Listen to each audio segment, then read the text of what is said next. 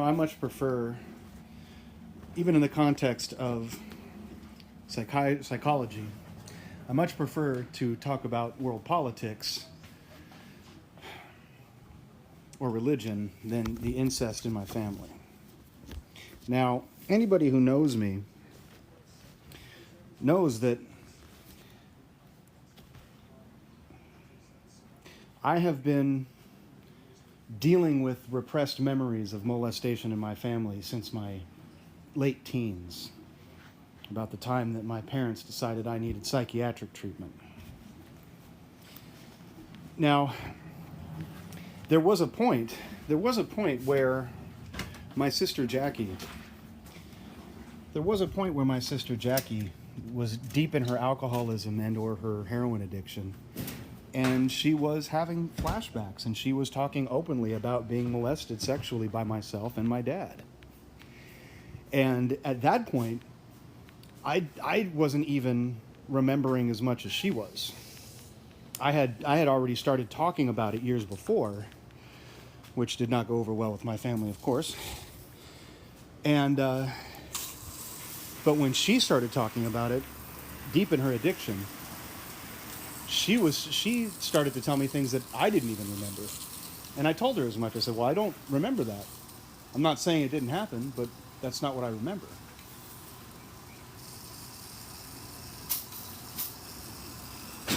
Now, a little bit later on in life, now I'm really starting to kind of, I'm in my 40s now, almost 50. I'm finally starting to flesh out a good picture of what it was that my family was really up to, and what my dad, Jimmy, was really up to.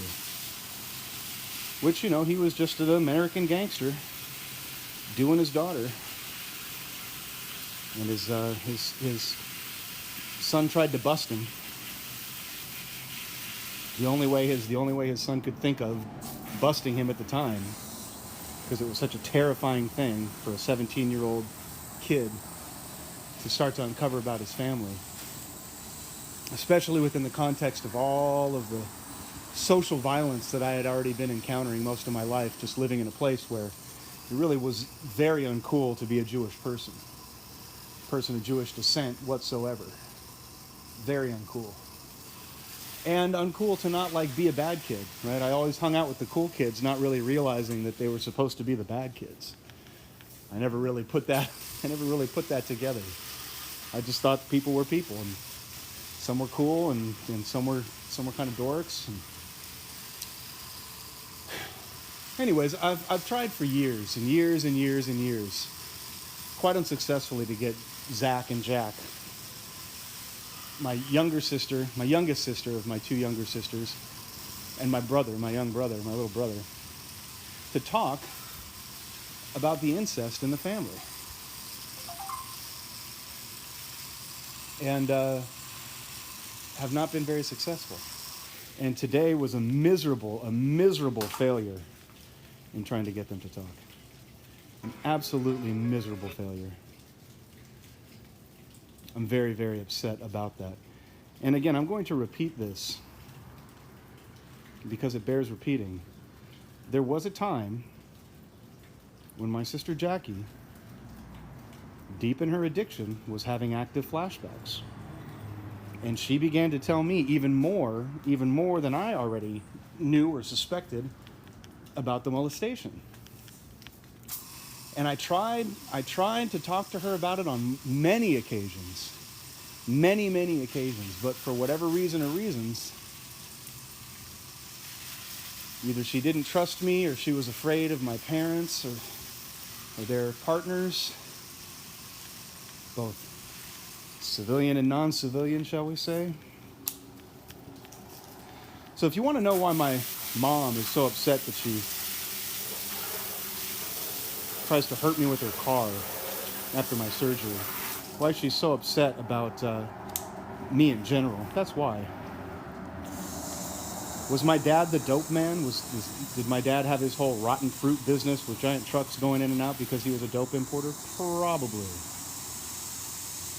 Probably, and he was such a terrible money launderer, eventually he got busted by the IRS. The same year, I made a very public art piece where I stumbled upon the revelation of the plans for the Twin Towers. This was back in '98, and was also kind of outwardly discussing the incest and the molestation. And at the end of making that art piece, it was a long art piece, performance piece. That's when I was introduced to the Crowley crew, who were just part of the same kind of ethnic criminal network that my mom was part of, and my dad, sort of. It was very strange. The intersection of the quote-unquote white trash mafia and the Jewish mafia, very kind of bizarre intersection. Anyways, I was hoping today I would actually get Zach to talk a little bit. But the problem with kids who have families that are in that lifestyle is that the kids often choose that lifestyle for themselves. And Zach is about as big a drug addict as anybody knows. I'm glad there's no cops here yet. I hope there's no cops coming. This bullshit TRO that my mom took out after she assaulted me really weighing heavily and making me very afraid that my family will again make me homeless. The last time I was homeless, I had a pretty dramatic suicide attempt.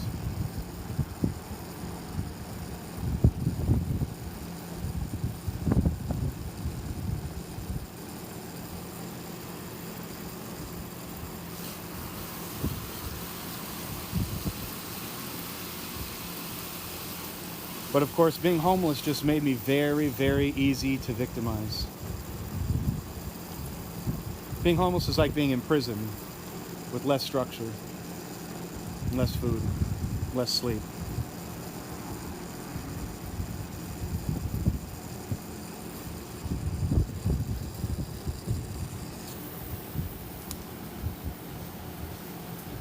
This place, in Coachella Valley, because of Chad Bianco, the politics here is so dirty.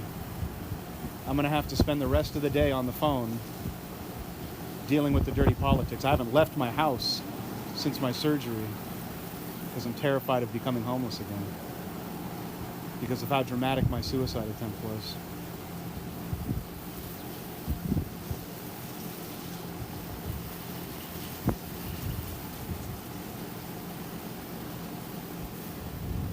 Terrified to go to the courtroom where I've experienced so much trauma because of how suicidal I become. That may be hard for people to understand. Maybe as hard for people to understand is the fact that I can only sit in a reclining chair, and that probably wouldn't go over well in court. Probably wouldn't go over well in court whatsoever. I guess I could just stand and constantly push my hernia back in, but I look like Michael Jackson.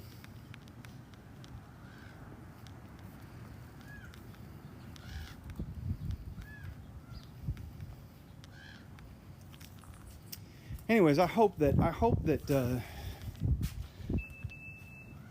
Jackie, my little sister, starts to talk about the sex abuse in my family for the sake of my nieces. If not for her own sake, if not for my sake, for the sake of my nieces.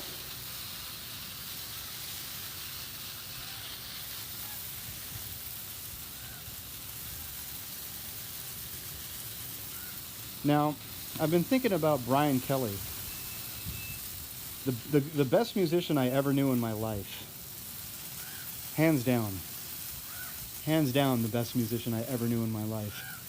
And he overdosed, and I wonder, was he in the position where he was expected to test the dope because he was the famous one? Is that what it is? The one who wants to be a star has to test the dope? Is that how it works?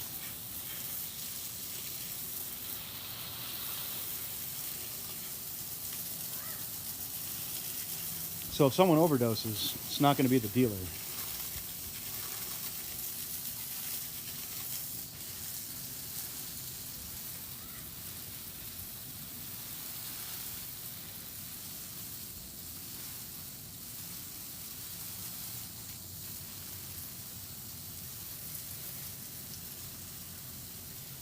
If so, if I were my little brother Zach, I would probably stop buying ketamine and cocaine and whatever else he's shooting up. Hi, birdies. Woo. I don't think the birdie liked to get squirted. Sorry, birdie. Birdie did not like to get squirted. But I will repeat this again. I sincerely hope that my sister Jackie was able to reconnect with the memories of the sexual abuse that we both participated in and were both subjected to. She more than I. Which isn't to say that Jimmy didn't like little boys too, but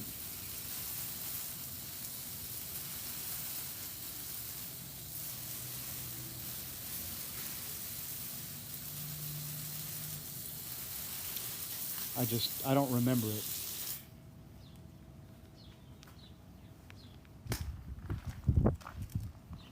Jimmy was my dad. And like I said, I think he was the dope man in town. And he was such a bad money launderer that he never paid his taxes. I suspect that's why he never paid his taxes, just because he was scared that he was not a good money launderer, and he probably wasn't. Oops.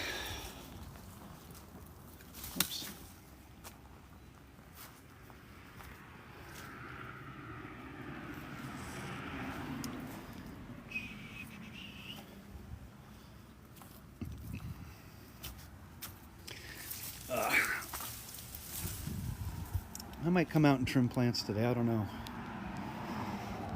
I do not know. It is nice and cool this morning.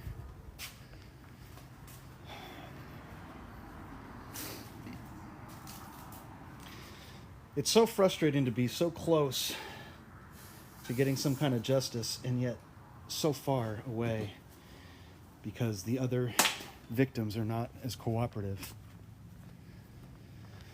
And the perpetrators are so aggressive.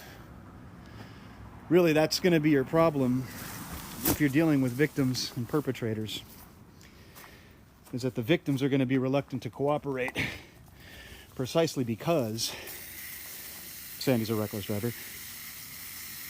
Precisely because the perpetrators are so aggressive in obfuscating or otherwise disguising the facts surrounding their crimes. I would gain an immeasurable amount of respect for my sister Jackie if she began to talk about the abuse. And not in such a way that focuses on me as though I was the primary perpetrator, because the primary perpetrator was my dad. I was just the scapegoat. And again, I hope that Jackie is able to start talking about it, because one of my nieces is being made into the scapegoat in her family. And I just can't stand to even think about that. That's one of the most awful things I can ever imagine. Growing up in an abusive family, a sexually and drug abusive family, and then being made to think that you yourself are crazy for realizing the abuse or for understanding the abuse.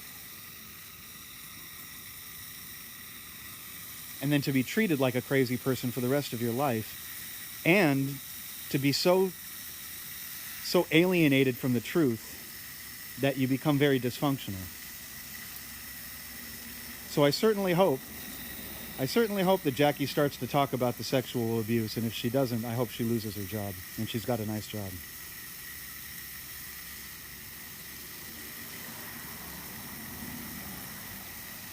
I mean, I hope everyone in my family loses their jobs, because whatever they're doing in their jobs, they're harming people necessarily. Not because I'm vengeful, but because there's always an angle with one of the Duns. Always an angle. Don't ever think that you are going to do something for one of the Duns without some kind of quid pro quo, or that they're doing something without some kind of an angle. That's just not going to be the case.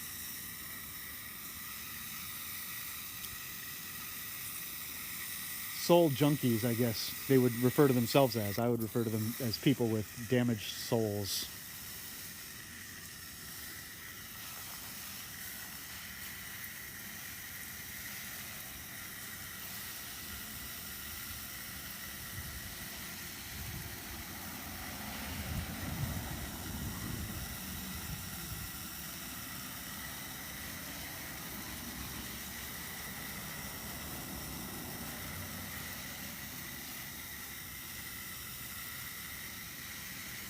But again, Jackie, if you're listening, well, hopefully she's not. I don't think she's a protected person. But I hope my sister Jackie. This TRO is such bullshit, man. Such fucking bullshit.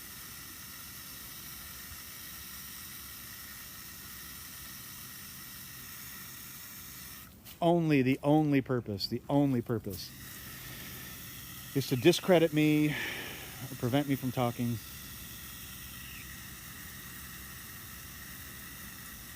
Or to put me in a position where I'm suicidal again. That's probably the actual motive behind the TRO. If I know my mom, if I know Sandy Dunn. She wants me to shut up so badly. And if she didn't think she'd get arrested for it, she'd shoot me.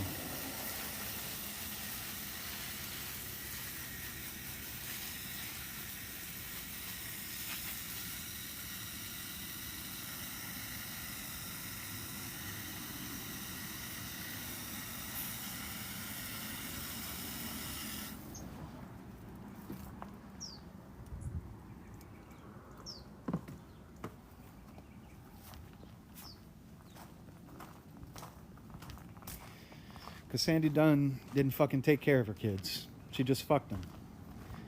She couldn't cook. She could smoke and she could shoot.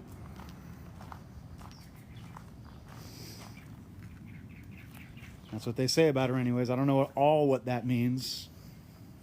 Is she also a dope tester? Is she also the person that has to test the dope?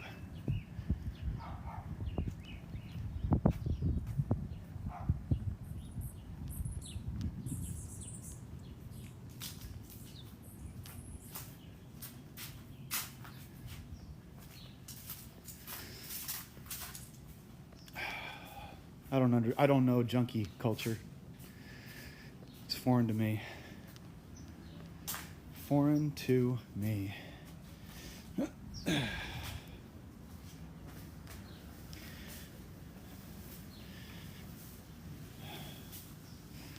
I'm going to say this again and again and again.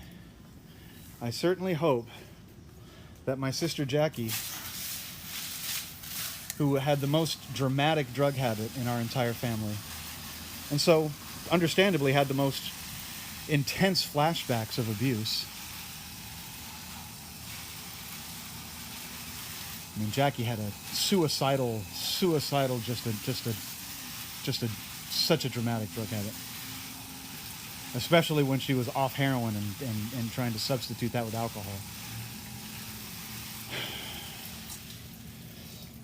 Probably because she was so upset about all the things that she had to do to get heroin. And probably resented my mom for how much help she gave her. Wrong kind of help.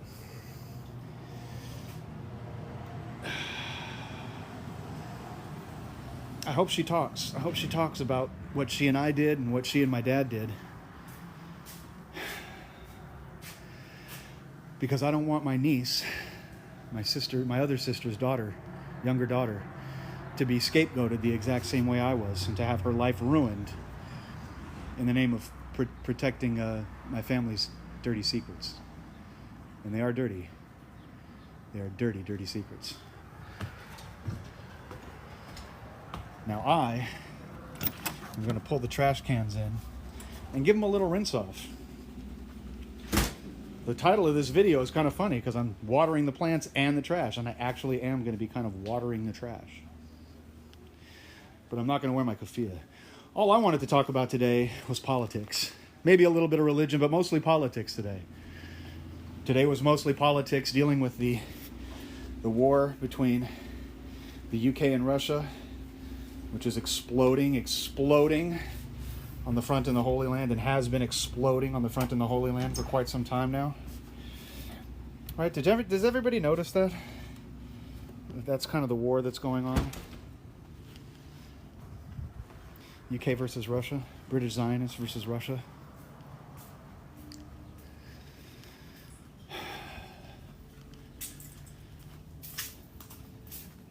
That's what I was hoping to talk about today. Do I think the United States is going to war with Russia? Not a chance. I mean, with Iran, not a chance, and either Russia.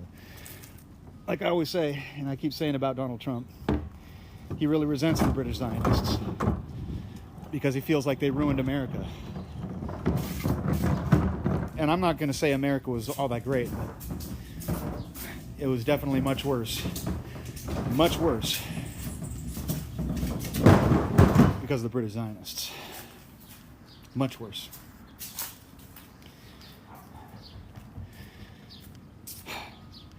Now, did Harry Truman get caught saying he wanted to nuke the Japanese because they were Hitler's supplier?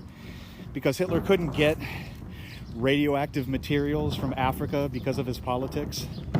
And they would tell him, why don't you go to Japan and get that stuff, since you hate the Jews so much?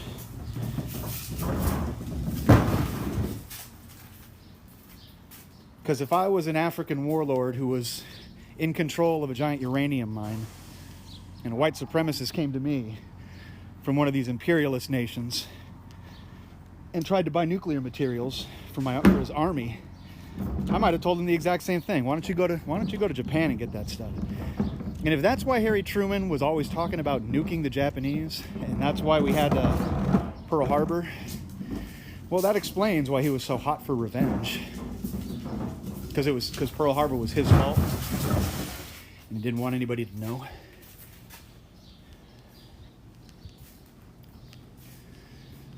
But that's my theory about how it is that Hitler became partners with the Japanese when it wouldn't seem to make sense to people because he was such an avowed white supremacist. But my theory is that they were his plug for rare earth minerals of the radioactive variety, of the fissile variety. Just going to give the handles a little squirt down over here. Give the trash can handles a little squirt down.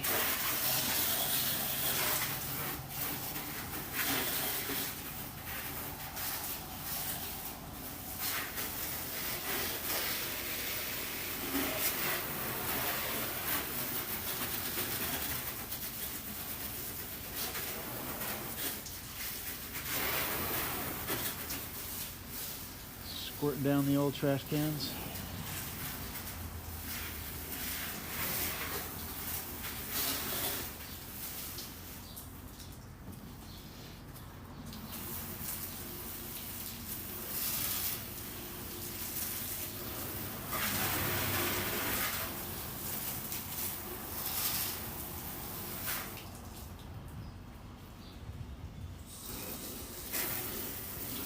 You know, it's funny, I delivered some food to where my sister works, my little sister Jackie. And I told them, do you guys do IFS here? They said, what? I said, IFS? Haven't you ever heard of the dissociative theory of resistant treatment addiction? The myth and truth of the intoxicated true self? It's a thesis, it's a great thesis, but I don't know, I told Jackie she should explore that as a thesis for her doctorate. I don't know if she listens to me or not. I sure hope she does. But that's that's why a lot of people are drawn to drug addiction, because all drugs have a dissociative effect, right? And they will, especially because trauma often accompanies drug use, right? So If you are used to getting, if you were always on dope when you were getting molested and then you try dope, you'll have flashbacks to getting molested because you're placed back in that context. So people say they get high so they can be their true selves, and they're not entirely off base in that. It's just that it's only one part of their fractured psyche that they're only able to access very well when they're intoxicated. Now, I have trained myself years and years and years of training to access repressed memories and flashbacks, with or without any kind of chemical assistance. Just waking up in the morning and looking at my own reflection does that to me. But you know, as I've said, people have a very difficult time knowing the things that I do. And that is a function, again, a really problematic combination of secrecy and ignorance and the hubris of the ignorant in the face of secrecy. And that is probably something that Hitler himself threw in people's faces as he demonstrated his horrible nuclear secrets. And again, that is what I think is meant by concentration, not just the putting of people close together, but in the nuclear industrial slave camps, which is what I will be referring to them as from here on out, the nuclear industrial slave camps. Concentration was the torture, and nuke was the secret. Birdies say they always love it when I mention Jesus Christ at the end of a video, and I agree, because he saves us from thinking that we should do anything like the Romans.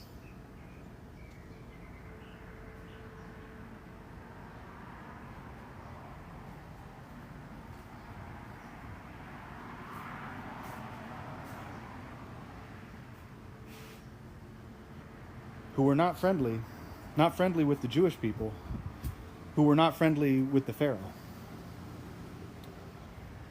The Pharaoh who had control of a lot of minds and had captured a lot of people and enslaved them.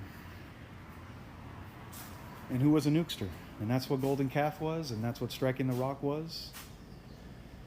And it is the ultimate major shirk, the violation of Tawhid as expressed by the life cycle of the curvature of space-time, the alpha and omega of our universe, the beginning and the end of our universe, the totality of the perpetual existence of our universe.